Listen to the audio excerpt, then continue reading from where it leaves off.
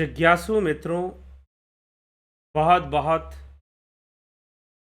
अभिनंदन है आप सभी का दिव्य सृजन में। प्रत्येक दिवस की भांति आज फिर हम यहाँ पर यह लाइव चर्चा का कार्यक्रम शुरू कर रहे हैं और यह लाइव चर्चा का कार्यक्रम श्रीमद् भगवद गीता पर हमारी चर्चा आगे बढ़ रही है। और आज का जो विषय है, आध्यात्मिक कौन है, भक्त कौन है। तो 13वें अध्याय क्षेत्र क्षेत्रज्ञ योग नामक अध्याय,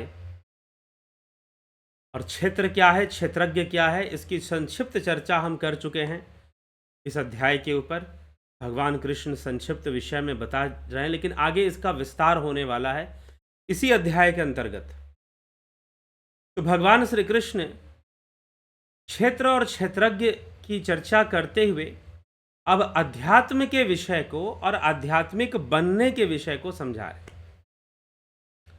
वास्तव में कोई आध्यात्मिक सही ढंग से कैसे बनता है, उसे किस प्रकार का ज्ञान हो कि उसे आध्यात्मिकता उसके अंदर उतर जाए, उसे कैसा ज्ञान हो जिससे कि उसके अंदर आध्यात्मिकता उतर जाए।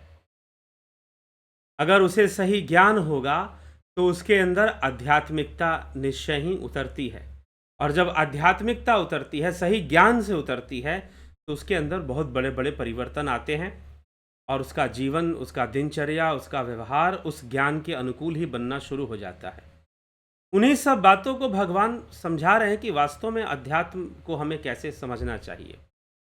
तो 7वें श्लोक से, 13वें अध्याय के 7वें श्लोक से इसकी चर्चा शुरू होती है। अमानित्व मदम्भित्वम अहिंसा क्षांतिरार्जवम आचार्योपासनम शौचम स्थैर्यमात्म विनिग्रह। अपने में श्रेष्ठता का भाव न होना। जब मनुष्य अध्यात्म ज्ञान से संपन्न हो जाएगा, प्रकृति और पुरुष का अलग अलग ज्ञान हो जाएगा, क्षेत्र और क्षेत्रज्ञ की भिन्नता के साथ जब उसे ज्ञान हो जाएगा, तो वह सब समझ जाएगा कि वास्तव में जो कुछ भी है उस पुरुष की शक्ति से है, उस परमात्मा की शक्ति से है। इस संसार में जो प्रकृति का खेल चल रहा है वह परिवर्तनशील और नश्वरी है, और इस नश्वर पहचान में अहंकार रखना उचित नहीं है, क्योंकि ये नश्वर पहचान ही है। जो भी हमारी पहचान है, शरीर की पहचान है, तो वो नश्वर पहचान ही है। उसमें आसक्ति रखना जो है सही नहीं है। तो यह है कि अस्मिता में आसक्ति होना। अस्मिता, जब दृश्य और दृष्टा दोनों एक ही दिखाई दे तो उसे अस्मिता कहते हैं। तो अपने में श्रेष्ठता का भाव ना होना, जब सही ज्ञान होगा तो यह भाव अपने आप ही खत्म हो जाएगा। दिखावटीपन ना होना, अहिंसा, क्षमा, सरलता। दिखावटीपन, जब सही आध्यात्मिक ज्ञान या प्रकृति का सही ज्ञान नहीं होता। देखिए, अभी भगवान यहाँ पर क्षेत्र और क्षेत्रज्ञ में अध्याय में एक बहुत बड़ी विशेषता है।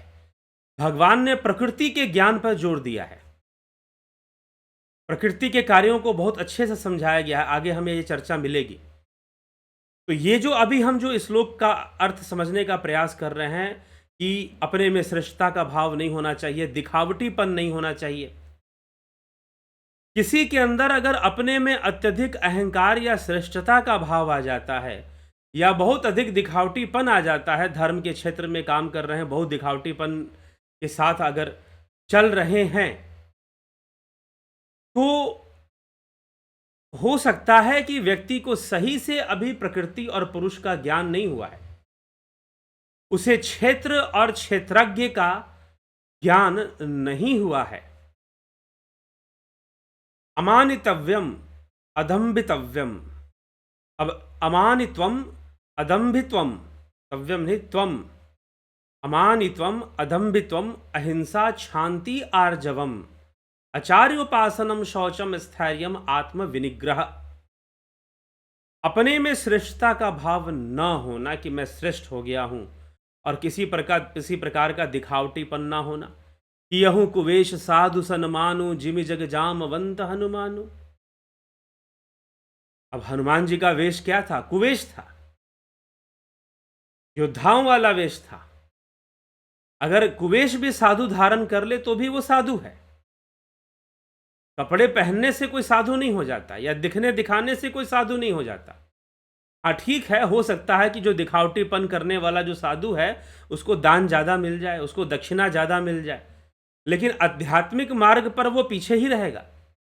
कई बार तो बहुत सारे लोग साधु वेशभूषा इसलिए ही धारण करते हैं कि अगर इस वेशभूषा में रहेंगे तो दान दक्षिणा अच्छे से मिलता रहेगा। ऐसे लोग मुझे मिले जो उन्होंने मुंह खोलकर बोला मुझे कि साधु वेश में रहो तो दान दक्षिणा अच्छे से प्राप्त हो जाएगा। तो ऐसा भी होता है। तो भगवान साफ साफ यहां पर लिख रहे हैं कि अपने में श्रेष्ठता का भाव ना होना, अपने में दिखावटीपन ना होना, कि लोग, समस्या यही है कि लोग भक्त दिखना चाहते हैं, भक्त बनना नहीं चाहते। वो दुनिया की नजरों में भक्त दिखना चाहते हैं, भले भगवान उनको भक्त माने ना माने, इसकी चिंता बहुत कम लोगों के है। हाँ, संसार के लोग अगर भक्त मानेंगे तो संसार के लोग बहुत कुछ फिर करेंगे। तो इस भावना में ये चीजें चली जाती हैं, लेकिन अध्यात्म पीछे छूट जाएगा, ज्ञान पीछे छूट जाएगा, श्रीमद् भगवद गीता पीछे छूट जाएगी, वो नहीं फिर आपको मिलने वाली। और सबसे बड़ी बात, भगवान का खुद का अपना जीवन दिखावटीपन वाला नहीं है। एक राजा होकर कोई किसी आश्रम या किसी मठाधीश बनकर तो कृष्ण उपदेश दे नहीं रहे हैं अर्जुन को। सोचिए उस जमाने में कितने प्रैक्टिकल लोग हुआ करते थे, और भगवान कृष्ण एक राजा वेश में ही अर्जुन को समझा रहे हैं, और उसके अपने जीवन के महत्व के लिए ही समझा रहे हैं कि उसका जीवन अच्छे से सुधरे, उसका जीवन बेहतरीन बने। लेकिन भगवान यहां पर सचेत करते हुए कह रहे हैं, अपने में जो आध्यात्मिक व्यक्ति है वो अपने आप में श्रेष्ठता का भाव नहीं रखेगा और दिखावटीपन नहीं होगा उसके अंदर। वो भक्त दिखने में नहीं, बनने में विश्वास करेगा। इसलिए भक्त होना, भगवान का भक्त होना बड़ा ही गोपनीय विषय है। ऐसा नहीं कि जो दिख रहा, ऐसा मैं नहीं कह रहा कि जो कोई साधु वेश धारण कर रखा है तो उसके अंदर कोई भावना या भक्ति नहीं होगी, ऐसी बात नहीं है, हो सकती है हो, लेकिन अगर दिखावटीपन कुछ ज्यादा है तो फिर वहां समस्या है, कुछ जरूर थोड़ी सी कमी रह गई है ज्ञान के स्तर में। तो अपने में श्रेष्ठता का भाव ना होना, अमानित्वम, अदंभित्वम, दंभ नहीं होना चाहिए। दिखावटीपन मतलब दंभ होना, दंभ नहीं होना चाहिए। अहिंसा होना चाहिए, शांति, क्षमा, आर्जवम, सरलता, आचार्योपासनम, आचार्य के प्रति सम्मान होना चाहिए। जिस आचार्य से आपको ज्ञान प्राप्त हो रहा है उसके प्रति सम्मान और उसके प्रति गुरुवत सम्मान उसका हमें करना चाहिए। शौचम, शुद्धता होनी चाहिए। स्थैर्यम, आत्म विनिग्रह, मन का वश में होना। ठीक है, मन का वश में होना। तो स्थैर्यम, स्थिरता होना, मन का वश में होना, तो मन हमारे वश में रहे और हमारे अंदर स्थिरता आ जाए। तो इस तरह का हमारे अंदर भाव हो, अगर हम निश्चय ही जब आध्यात्मिकता में हम आगे बढ़ेंगे तो ये चीज़ें स्वाभाविक रूप से स्वतः ही आनी शुरू हो जाएंगी। इंद्रियार्थेषु वैराग्यम अहंकार एव च, जन्म मृत्यु जरा व्याधि दुख दोषानुदर्शनम। दोषानुदर्शनम, इंद्रियों के विषय में वैराग्य का होना, अहंकार का भी न होना। इंद्रियों के विषय में वैराग्य होना और अहंकार ना हो, अहंकार ना हो, और जन्म मृत्यु वृद्धा अवस्था तथा व्याधियों में दुख रूप दोषों का न होना। ठीक, दुख रूप दोष ना हो। तो ये वृद्धावस्था तथा जन्म मृत्यु, वृद्धावस्था तथा व्याधियों में दुख रूप दोषों को बार बार ना देखना, अर्थात इसमें आसक्ति ना होना कि हमें दुख हो रहा है, हमें दुख मिल रहा है, भाई ये दुख है, वो दुख है, ऐसा जीवन में तो दुख ही दुख है, दुख ही दुख है, दुख के अलावा जीवन में कुछ है ही नहीं। इंद्रियों के विषय में वैराग्य का होना, अहंकार का भी ना होना और जन्म मृत्यु वृद्धा अवस्था तथा व्याधियों में दुख रूप दोषों को बार बार देखना, यह सब भी एक भक्त में, आध्यात्मिक व्यक्ति में नहीं होना चाहिए। ठीक है। असक्तिर्न भिषवंग पुत्र दार गृहादिषु नित्यम च समिचित तत्व मिष्टानिष्टोपपतिषु, अर्थात समचित्तत्व मिष्टानिष्टोपपतिषु, आसक्ति रहित, आसक्ति पुत्रदार गृहादिषु, अर्थात गृहस्थी में गृहस्थी के कर्तव्य निभाने हैं, लेकिन गृहस्थी में अत्यधिक आसक्त ना होना, आसक्ति रहित होना। पुत्रदार गृहादिषु, पुत्र स्त्री घर आदि में अत्यधिक आसक्त नहीं होना। अनभिष्वंग एकात्मता न होना, अनभिष्वंग एकात्मता न होना और अनुकूलता प्रतिकूलता की प्राप्ति में चित्त का नित्य सम रहना, अर्थात हमारा चित्त सम रहे, आसक्ति रहित रहे। संसार के प्रति, गृहस्थी के प्रति जो भी कर्तव्य हैं, जो भी कर्तव्य हैं, उन सभी कर्तव्यों की पालना करना, लेकिन आसक्तिहीन होना। मयि च नान्य योगेन भक्तिर व्यभिचारिणी विवक्त देश से वित्व मरतिर जन संसदी, अर्थात मुझ में अनन्य योग के द्वारा अव्यभिचारिणी भक्ति का होना। अव्यभिचारिणी भक्ति जिसमें व्यभिचार ना हो, जिसमें व्यभिचार ना हो, जिसमें कुआचरण ना हो, जिसमें गलत आचरण ना हो और व्यभिचार ना रहे। व्यभिचार कहने का मतलब कि व्यभिचार, वास्तव में जब भक्ति की बात हम व्यभिचार करते हैं तो पहले के श्लोकों में जो भगवान ने कहा कि दंभ या दिखावटीपन होना ही व्यभिचार है। वास्तव में आपको भगवान से प्रेम या उस स्तर का प्रेम है तो नहीं, लेकिन समाज के सामने आप प्रेम का प्रदर्शन कर रहे हैं कि आपको ईश्वर से बहुत प्रेम है, यही व्यभिचार है। तो मुझ में अनन्य योग के द्वारा अव्यभिचारिणी भक्ति का होना, एकांत स्थान में रहने का स्वभाव होना और जन समुदाय में प्रीति का न होना। ठीक है, जन समुदाय में प्रीति का ना होना। जन समुदाय मतलब अगर हम योग शास्त्र का अध्ययन करें, हठ योग शास्त्र में हठ प्रतिपिका ग्रंथ या घरंड संहिता का भी हम अध्ययन करें तो वहां पर भी मिलता है कि जो जनसंग है वो बाधक तत्व है। जनसंग मतलब अत्यधिक अगर जनसंग है, आपका लोगों से मिलना जुलना, बातचीत करना अगर बहुत ज्यादा है, जनसंग अगर अधिक है, तो फिर वो ठीक नहीं है। वो योग मार्ग में, आपके आध्यात्मिक मार्ग में, आपके भक्ति मार्ग में वो पूर्णतः बाधक स्वरूप ही है, फिर वो सही नहीं माना जाएगा। तो अनन्य योग हो लेकिन अव्यभिचारिणी हो। अव्यभिचारिणी भक्ति का होना मतलब भक्ति में किसी तरह का प्रदर्शन दिखावा ना हो। अगर प्रदर्शन दिखावा होगा तो वह व्यभिचारिणी मानी जाएगी, अगर नहीं होगा तो अव्यभिचारिणी मानी जाएगी। तो अव्यभिचारिणी भक्ति का होना, एकांत स्थान में रहने का मतलब एकांत प्रिय होना। एकांतम सुखमास्त्याम, एकांत में रहना, एकांत में ही सुख है ऐसा मानना और एकांत स्थान में रहने का स्वभाव होना और जन समुदाय में प्रीति का ना होना, बहुत अधिक जनसंग, बहुत अधिक लोगों से मिलना जुलना ना होना। अगर अत्यधिक होगा तो आपकी साधना में विघ्न है, आपकी भक्ति में विघ्न है, आपके योग मार्ग में वो विघ्न की तरह कार्य करेगा। ये सारी चीजें जब होंगी तो निश्चय ही आप एक आध्यात्मिक जीवन, एक योग के योगी बन जाएंगे, योग के योगी जैसा जीवन जीने लगेंगे। आगे भगवान बहुत गूढ़ रहस्य लिखते हैं। अध्यात्म ज्ञान नित्यत्वम तत्व ज्ञानार्थ दर्शनम एतज ज्ञानमीति प्रोक्तम ज्ञानम यदतो अन्यथा। अध्यात्म ज्ञान में नित्य निरंतर रहना, तत्व ज्ञान के अर्थ रूप परमात्मा को सब जगह देखना, यह ज्ञान है। यह पूर्वोक्त 20 साधन समुदाय बताए गए हैं।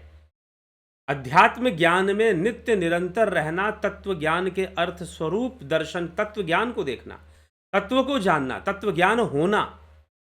और अध्यात्म में नित्य, अध्यात्म क्या है? अगर अध्यात्म शब्द को हम समझने का प्रयास करें तो अधि आत्मना, यहां धी शब्द का अर्थ है ऊर्जा।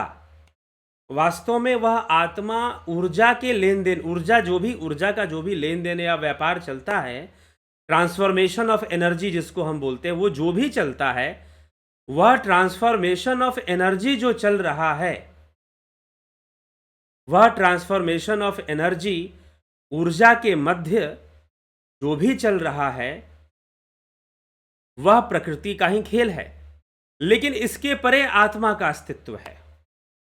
उस ऊर्जा, कुछ लोग कह देते हैं आत्मा ऊर्जा है, नहीं, आत्मा उसके भी परे है, ऊर्जा के भी परे है। तो अध्यात्मगण अधि आत्मना, धी जमा आत्मा, धी शब्द का अर्थ है ऊर्जा। तो अध्यात्म ज्ञान में नित्य निरंतर तत्व ज्ञान के अर्थ स्वरूप परमात्मा का दर्शन, यह तो ज्ञान है। और इसके विपरीत जो कुछ भी है उसे अज्ञान समझना चाहिए, क्योंकि वो सब नश्वर है, तो नश्वरता का ही ज्ञान माना जाएगा। वो सारा ज्ञान इंद्रियों के एक प्रवेश में हो रहा है, एक विशेष परिस्थिति में हो रहा है। परिस्थितियां बदलने से ज्ञान भी बदल जाएगा, तो ऐसे ज्ञान को हम सच्चा ज्ञान नहीं मान सकते। लेकिन जो तत्व ज्ञान है वह सच्चा ज्ञान है, वह सार्थक ज्ञान है, इसीलिए वह वास्तविक ज्ञान भी है। तो अध्यात्म ज्ञान नित्यत्वम तत्व ज्ञानार्थ दर्शनम एतज ज्ञानमीति प्रोक्तम ज्ञानम यदतो अन्यथा। अध्यात्म ज्ञान में नित्य निरंतर रहना, तत्व ज्ञान के अर्थ रूप परमात्मा को सब जगह देखना। तत्व सब जगह क्या देखेंगे? जो तत्व रूप है वो वैसे ही सर्वव्यापी है, तो उसके लिए कोई सब जगह देखने वाली बात तो है नहीं। वो हमारे घट में ही हमें अनुभव गम्य हो। ध्यान योग से तत्व रूप बहुत परे की चीज है, तत्व कह देना बहुत बड़ी बात होती है। इसीलिए तत्व ज्ञान के अर्थ रूप तत्व, इसलिए यहां पर वैसे तो परमात्मा शब्द का प्रयोग नहीं होता है, लेकिन तत्व रूप में तो परमात्मा ही होता है, इसीलिए इस परमात्मा को जानना यहां कहा जा सकता है। तो तत्व ज्ञानार्थ दर्शनम, तत्व ज्ञान के अर्थ रूप का दर्शन, अर्थ रूप का, यथार्थ का दर्शन, यथार्थ को जानना। वो मात्र कोई ध्यान में होने वाली कोई प्रारंभिक ज्योति रूप में ही नहीं है। उस शून्य का साक्षात्कार होना, उस परावस्था का ज्ञान होना। तो अध्यात्म ज्ञान में नित्य निरंतर रहना, तत्व ज्ञान के अर्थ रूप परमात्मा को जानना ज्ञान है। और जो इसके विपरीत है वह सबको अज्ञान कहा जाना चाहिए, समझना चाहिए। एतज ज्ञानमीति प्रोक्तम अज्ञानम यदतो अन्यथा, इसकी अन्यथा जो कुछ भी है उसे अज्ञान माना जाना चाहिए। तो अध्यात्म ज्ञान नित्यत्वम तत्व ज्ञानार्थ दर्शनम एतज ज्ञानमीति प्रोक्तम ज्ञानम यदतो अन्यथा। अध्यात्म ज्ञान के द्वारा नित्य तत्व ज्ञानार्थ दर्शनम एतज ज्ञानमीति प्रोक्तम ज्ञानम यदतो अन्यथा, इसकी अन्यथा जो कुछ भी है, ठीक, तो उसे हम क्या कहते हैं?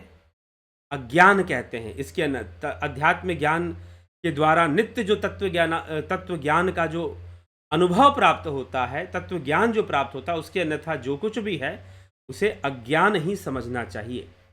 तो भगवान, मतलब कि देखो, सबसे पहले कहा जा रहा है कि अहंकार ना हो, दंभ ना हो, दिखावापन ना हो, आडंबर ना हो। ये साफ साफ भगवान कृष्ण गीता में लिखते हैं। लेकिन प्रश्न ये है कि हम इन सब बातों को कहाँ कितना समझते हैं?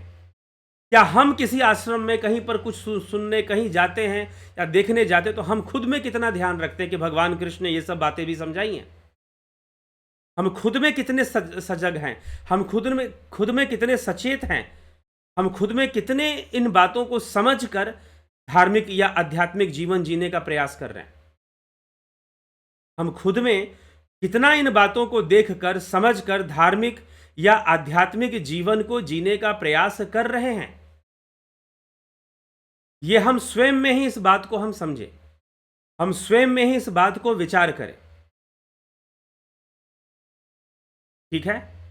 तो स्वयं में इस बात को हम अगर नहीं समझेंगे कि जो कृष्ण भगवान यहाँ समझा रहे हैं, तो निश्चय ही हम कहीं न कहीं आध्यात्मिक जीवन में चूक करेंगे, भक्ति मार्ग, योग मार्ग में गलतियाँ करेंगे ही करेंगे। और सबसे ज़्यादा ज़रूरी भगवान ने अंत में लिख दिया, अध्यात्म ज्ञान नित्यत्वम तत्व ज्ञानार्थ दर्शनम।